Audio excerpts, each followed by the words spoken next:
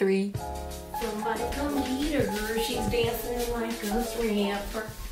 Hey guys, welcome back to my channel. My name is Rabia Sheikh. So before I dive into this video, definitely want to say thank you to everyone who's watching because I'm literally in shock how many people have been watching. So thank you guys. A lot of you guys are interested on how I'm living in the Netherlands, like how the Netherlands is compared to the United States. Specifically North Carolina and Nijmegen. Alright, so for those of you who don't know me, I lived in North Carolina for like 10 years. As of last July, I moved to the Netherlands, and no, not Amsterdam. I wish.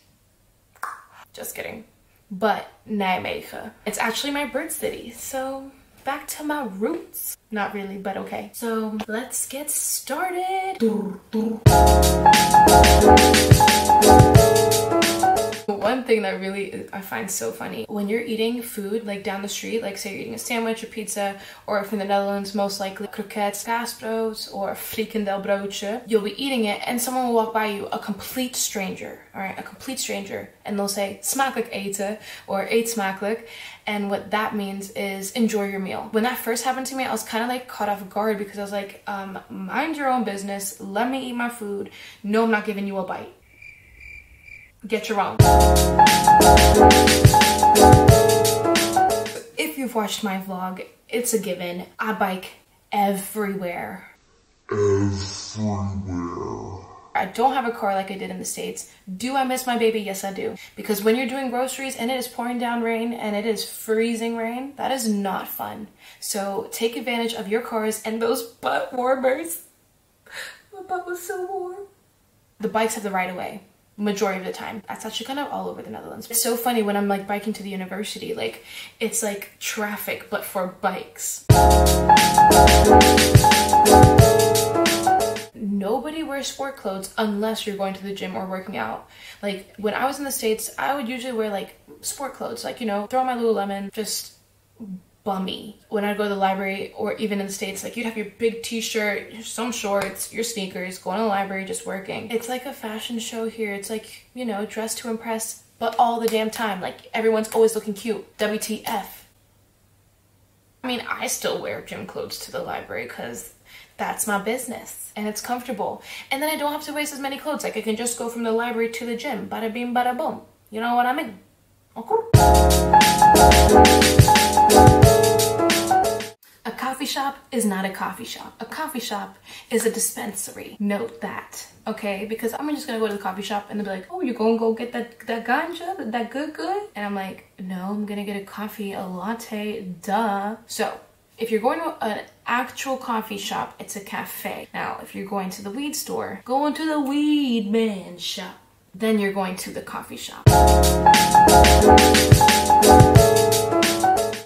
Let's talk about the drunk foods. Everybody has their drunk food go-to. In North Carolina, it was cookout. Love cookout. Give me a nice tray with some hush puppies, some french fries. Oh, yeah.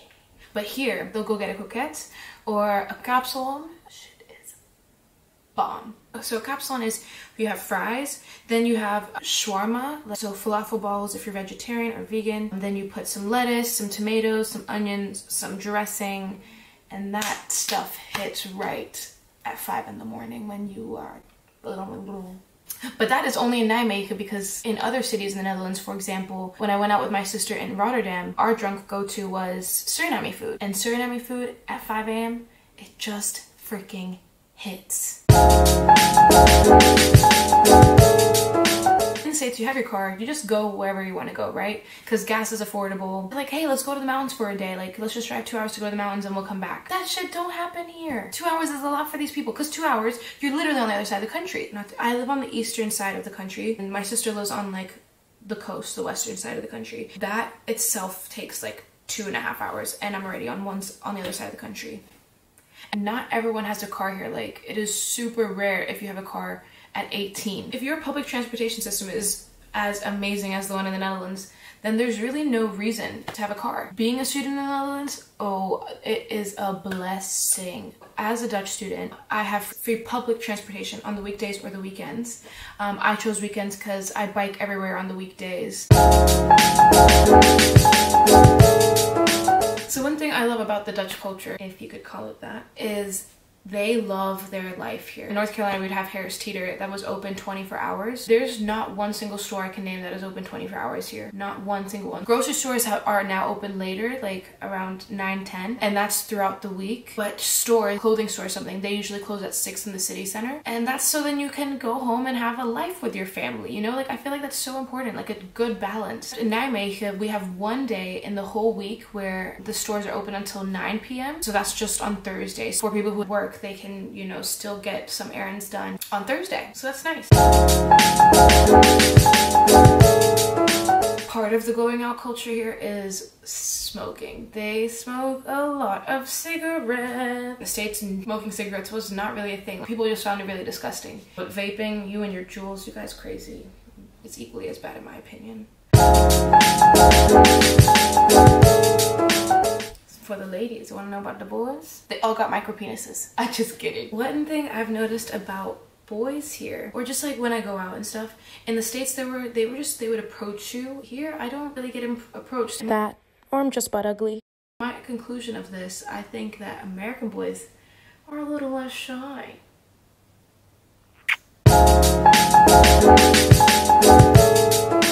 You know what I miss? I miss Sunday brunch so much. I miss bottomless mimosas. Mimosas are not a thing here. But remember, I'm talking about Nijmegen. People don't go out and brunch hop. In Charlotte, we would bounce from Draft to, what was that place called? Draft to Green Ivy, Pink Ivy, Poison Ivy. One eternity later. Ink and Ivy! Then I had to Google that stuff. We would go from Draft to Ink and Ivy, and the rest was a blur. But I just miss just, you know, having mimosas with the girls or with the peoples. I do miss that, so. As a student in the Netherlands, you get money from the government to go to school. Like every month I get an allowance from the government. And so that would pay for my rent, my tuition, which is dirt cheap as well, my health care, my phone bill, and then a bunch of random stuff. Health care. Now, I know you guys don't want me going here, but I'm gonna go here because we're in a pandemic and it's so freaking important. I'm just giving this example because this is what I've experienced with healthcare. Last year, before I moved to the States, I wanted to get an MRI for my knees. I've got some grandma knees. So I was gonna get in the States, and once I found out the total, $1,000 for one knee. Are you out of your mind? What? One knee, $1,000? Where am I supposed to come up with the money like that? Get a sugar daddy? Not a bad idea. But then when I moved to the Netherlands, I was like, I need to take care of my knees ASAP. Do you know how much an MRI for 2 knees cost? 112 euros for 2 knees. Done. That was it. Bada bing, bada boom. 112 compared to 1,000? Like, that's just not comparable. And that's on universal healthcare systems. That's about it. I think that's all I got for you guys today. I hope you enjoyed seeing the comparison between the Netherlands and the States. If you like this video, give it a thumbs up. If you like my channel, go ahead and subscribe. Put that notification ding ding. Until next time, have a great day, guys. Goodbye.